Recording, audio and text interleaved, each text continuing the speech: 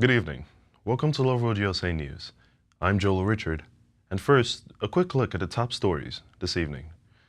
President Trump confirms ceasefire agreement between Israel and Iran after 12-day conflict. Fetterman rejects AOC's push to impeach President Trump over Iran strikes. Judge orders release of Kilmar Abrego Garcia, with ICE likely to detain. Armed church shooter identified in Michigan, with a congregation member helping to stop the attack. President Trump urges oil producers to hold prices following strikes on Iran. And now, to the news. President Donald Trump has announced that Israel and Iran have agreed to a complete ceasefire following nearly 2 weeks of escalating military conflict. The agreement will begin in phases, with Iran initiating a 12-hour cessation of hostilities, followed by Israel and a formal end to hostilities set for 24 hours after commencement. The announcement was made via a post on the president's Truth Social platform late Monday, where Trump described the development as a diplomatic milestone that averts a prolonged regional war. He referred to the conflict as the 12-day war and praised both nations for choosing resolution over escalation. The ceasefire comes after a U.S.-led strike on Iran's nuclear facilities and a subsequent Iranian missile attack on U.S. military bases in Qatar and Iraq. While the Iranian missiles were intercepted, tensions remained high across the Middle East. U.S. officials confirmed that no casualties were reported in the Iranian attacks. The Qatari government, however, condemned the strikes as a violation of its sovereignty and pledged to respond appropriately in line with international law. Homeland Security Secretary Kristi Noem stated there are currently no new domestic threats linked to the Middle East conflict, but noted that authorities remain vigilant. President Trump thanked U.S. forces, Israeli partners, and expressed hope that the ceasefire could lead to lasting peace. Let's take a quick look.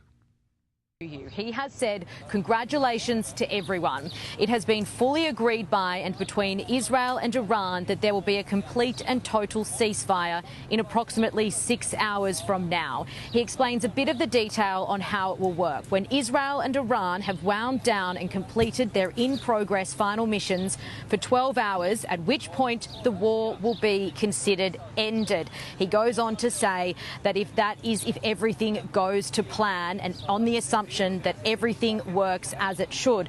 Look, I will say that we have not heard from a Democratic Senator John Fetterman of Pennsylvania dismissed Republican Alexandria Ocasio-Cortez's call to impeach President Donald Trump following United States airstrikes on Iranian nuclear facilities, calling the proposal unproductive and unrealistic. Speaking to Fox News, Fetterman said, "Of course, no, he should not be impeached. She knows it, I know it, we all know it. That's not going anywhere." He added that repeated talk of impeachment undermines its seriousness and distracts from more pressing matters. President Trump ordered the surprise military operation dubbed Operation Midnight Hammer on Saturday, which targeted Iranian nuclear sites at Fordow, Natanz, and Isfahan. Critics, including Ocasio-Cortez, claimed the president violated constitutional limits by launching the strike without congressional approval. She called the move a grave violation of the Constitution and grounds for impeachment. Fetterman, however, defended the airstrikes as a limited military engagement, not a declaration of war. He has been consistently supportive of Israel and critical of Iran's nuclear ambitions. The White House has defended the operation as a decisive and successful mission, with impeachment efforts over the strike show little sign of gaining momentum in Congress. Let's take a look. There are some members in your conference that have suggested impeaching President Trump over these Iranian strikes. Impeachment has come up not just from AOC, but other members. Is that a tool on the table for you if you were to take back the House? I think a tool that's on the table right now is to continue to demand that the administration present itself before the United States Congress and make the case to the American people as to why this extraordinary step has been taken. That's step one. Step two is for the War Powers Resolution, whether that's the one that has already been introduced or others that may subsequently be introduced, for those resolutions to be debated on the House floor, as should have occurred already. And then we'll see where we're at thereafter. So you're not taking... In other news, a federal judge in Tennessee has ordered the release of Kilmar Abrego Garcia pending trial on human smuggling charges. However, U.S. Immigration and Customs Enforcement, ICE, is expected to detain him immediately due to his immigration status, preventing his release. The Department of Homeland Security stated that Abrego Garcia will never go free on American soil. U.S. Magistrate George Barber Holmes ruled that the government failed to prove Abrego Garcia is a danger to the community or a flight risk. She acknowledged ICE detention made her decision largely symbolic, but maintained a legal right to due process and presumption of innocence. Prosecutors are appealing the release order. Abrego Garcia, a Salvadoran national, has pleaded not guilty to charges stemming from a 2022 traffic stop in Tennessee involving 9 passengers. His attorneys argue the cases were filed after a mistaken deportation that drew public criticism. A prior 2019 immigration judge's ruling blocks his deportation to El Salvador due to safety concerns. Prosecutors claim witnesses accused Abrego Garcia of criminal conduct beyond the charges, including drug trafficking and abuse, though no such charges have been filed. Legal experts note the government may deport him without a trial, citing the lower legal standard for immigration enforcement. No trial date has been set so far. Let's take a look. Release of Kilmar Abrego Garcia from criminal custody. He's the Maryland man who was mistakenly deported to El Salvador, but he's not expected to go free. Prosecutors said U.S. Immigration and Customs Enforcement would take Abrego Garcia into custody while he awaits federal trial on human smuggling charges. We'll be back shortly after this break. Money is the sign of shortage. Money is not the sign of blessing, it is the sign of shortage. Money is not the evidence of blessing, it is the evidence of shortage. It is the evidence of lack. I know nobody ever told you that. So you better listen to me now. I walk in absolute prosperity, so I can tell you, money is not the sign of prosperity, it's a sign of lack. It's a game that defines the classification of people. Once you are able to see beyond it and understand what God's plan is and who you are not controlled by money. Money becomes your slave. Somebody said, I wish I heard what Pastor just said in the month of May. Month of blessing, I would have applied it. You still have time. We carry all the blessings of the previous month into the new ones. That's what we do. Never let the thought of money control your attitude. Yes, sir. You know, there are people who become happy when they have money. And when they don't have it, you can tell. You just look at them, you can tell. You can tell they're broken down. Money's their master. They're worshiping the God of Mammon. When you are delivered from that, or when you've not been enslaved by that, you don't know when you've had money and when you've not had money because you don't operate with those numbers. La korabakasaya, rabakandalobosia. Are you still there? Authorities have identified the man who opened fire at Cross Point Community Church during Sunday service as 31-year-old Brian Anthony Browning of Romulus.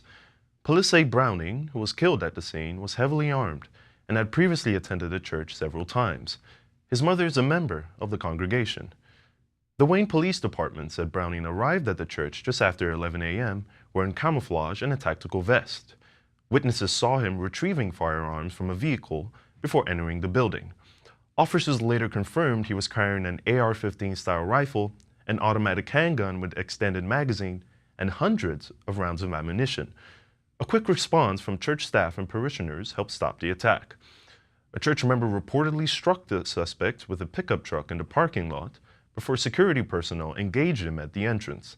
Police say a member of the church's security team shot and killed the suspect. One individual was injured during the incident and remains in stable condition after surgery.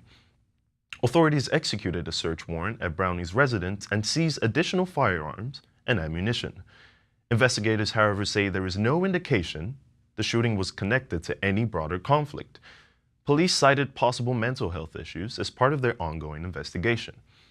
Watch this. Cross Point Community Church in Wayne, Michigan was holding a special vacation Bible school service when the gunman opened fire outside. Please, everybody come to the back. Ring camera video near the church also captured what seemed to be multiple rounds of gunfire. Police say the gunman was driving erratically near the church, then got out of his vehicle wearing a tactical vest and carrying a rifle and a handgun, and began firing as he approached the building. That's when a church member and other staffers confronted him. A parishioner struck the gunman with his vehicle as the gunman shot the vehicle repeatedly.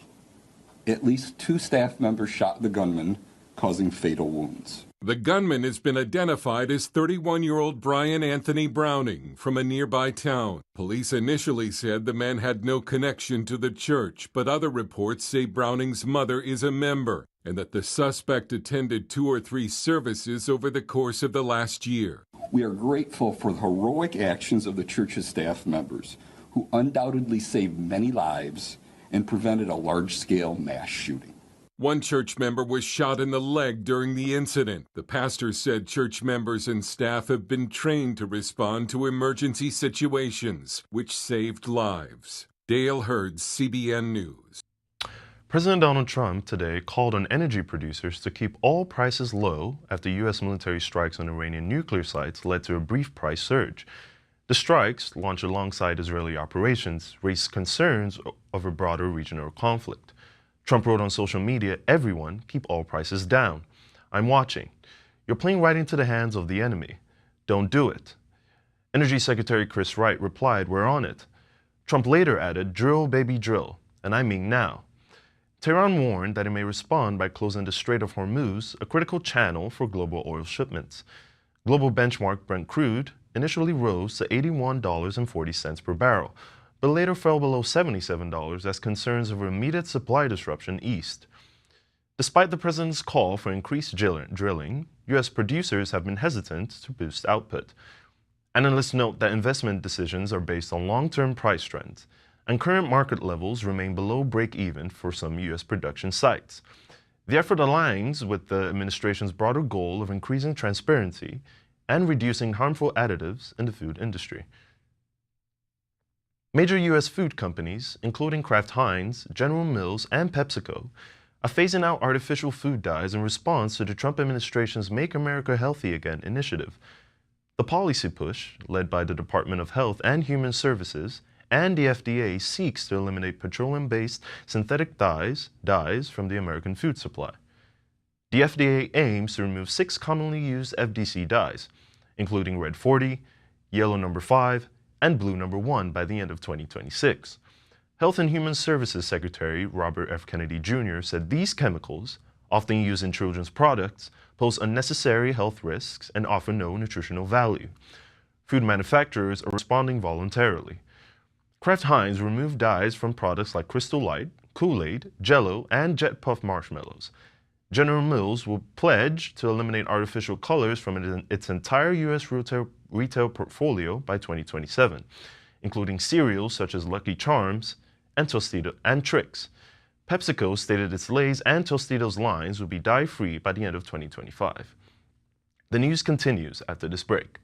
Stay with us. The life of a soldier is not just a job, it's a calling and a sacred tradition passed down from father to son, brother to sister, and one generation to the next. At every hour of danger, our noblest citizens have answered that call.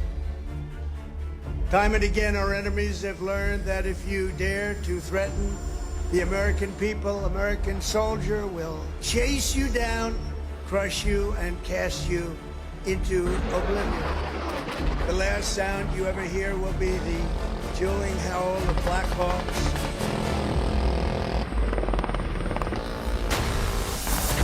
Thunderous boom of artillery fire. Or the ferocious roar of a U.S. Army infantry brigade. For our adversaries, there's no greater fear than the United States Army. Now it's your duty to shield the flame of freedom that was first lit 250 years ago by the heroes of Concord Bridge and Bunker Hill. Standing before you today, I am more confident than ever that In the days ahead and every generation to come, the U.S. Army will heap glory upon glory. We will protect every inch of you. Israel launched multiple airstrikes today targeting Iranian military and governmental sites, including Tehran's Evin prison and access routes to the Fordow nuclear facility. The Israeli military said the action was part of its campaign to eliminate threats tied to Iran's nuclear and missile programs. Iranian officials confirmed that Evin prison, which houses political detainees and dual nationals, was struck and partially damaged. Casualty details remain unconfirmed. State media reported first responders were on site and rescue operations are ongoing. Israel's defense minister stated that the strikes were aimed at regime targets and agencies of government repression, naming the besieged force headquarters, IRGC internal security centers, and symbolic locations including the Israel Destruction Clock in Tehran's Palestine Square. Separately, Israel announced it had struck access routes to the Fordow uranium enrichment site. The action followed U.S. strikes on Fordow the previous day, which President Trump said had obliterated the underground facility. Iran's health ministry reported approximately 500 fatalities from recent Israeli strikes, while independent groups estimate the number to be higher. Israeli authorities say 24 people have died from Iranian missile attacks in recent days. The International Atomic Energy Agency confirmed significant structural damage to Fordow and other sites. IAEA Director General Rafael Grossi stated that inspections are needed to assess Iran's current stockpile and nuclear development status. Iran has accused both Israel and the U.S. of violating international law, while Israel maintains the strikes are in response to advancing threats. The situation remains tense as both nations continue to assess damage and military posture. Let's take a look. Video posted to social media on Monday purports to show plumes of smoke over Tehran following the latest Israeli strikes on the Iranian capital. Reuters has not verified the date of the footage. Among Israel's latest targets, Evin prison, a potent symbol of Iran's governing system. Evin has been the primary site holding Iranian political detainees and security prisoners since the 1979 Islamist revolution. The Israeli government released this video of Defense Minister Israel Katz in what it said was an operations room watching the Air Force hit targets in Iran. In a social media post, Katz wrote that Israel had carried out what he called the most intense bombing yet of the Iranian capital in reprisal for Iranian missile strikes on Israeli civilians. Katz said Israeli strikes targeted Revolutionary Guard command centers responsible for internal security. There were conflicting reports on Iranian media about the full extent of strikes on Tehran, a city of 10 million people, where much of the population has fled after 10 days of bombing.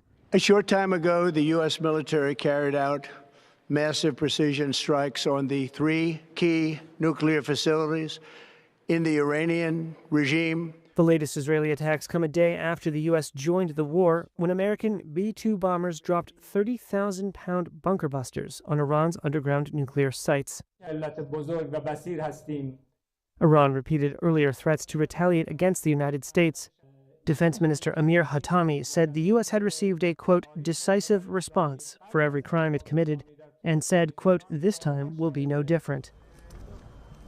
But while Iran has continued to fire missiles at Israel, it has yet to take major action against the United States itself.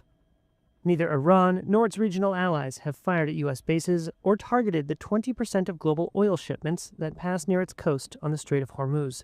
Oil prices barely budged in the first trading day after the U.S. joined the war, suggesting traders doubted Iran would follow through on threats to disrupt oil supplies. Iranian diplomats, meanwhile, sought support from allies. Foreign Minister Abbas Araghchi met with Russian President Vladimir Putin in Moscow. Putin said Russia was making efforts to assist the Iranian people. In Beijing, China's foreign ministry called on all parties to de-escalate tensions. On June 13th, Israel began a campaign of airstrikes it said targeted Iran's nuclear facilities and missile operations, saying Tehran was working toward a nuclear weapon. Iran says its nuclear objectives are solely peaceful. This mission was not and has not been about regime change. Trump's administration has repeatedly said that its aim is solely to destroy Iran's nuclear program, not to open a wider war. But in a social media post on Sunday, Trump spoke of toppling the hard-line clerical rulers who have been Washington's principal foes in the Middle East since Iran's 1979 revolution.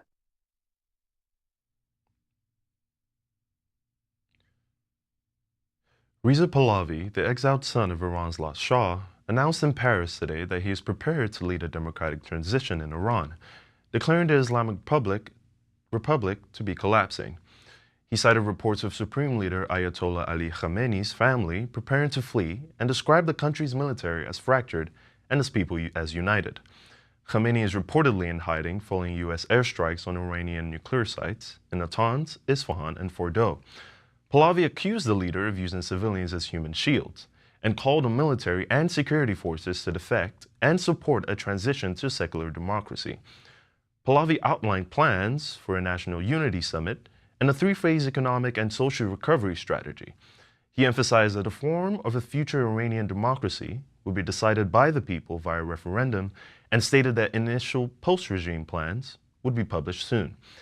The announcement follows reports that diplomatic efforts by President Trump involving Turkey failed to reach Khamenei, which reportedly contributed to the decision for U.S. military strikes. Watch this. This regime is defeated, teetering on the edge of collapse, and must not be allowed to continue. The time has come to end this ruin and begin a new era for Iran. This is a new dawn for Iran's lion and son. I am here today to submit myself to my compatriots, to lead them down this road of peace and democratic transition. I do not seek political power, but rather to help our great nation navigate through this critical hour towards stability, freedom, and justice. Just before we end the news today, a quick look at tomorrow's weather forecast.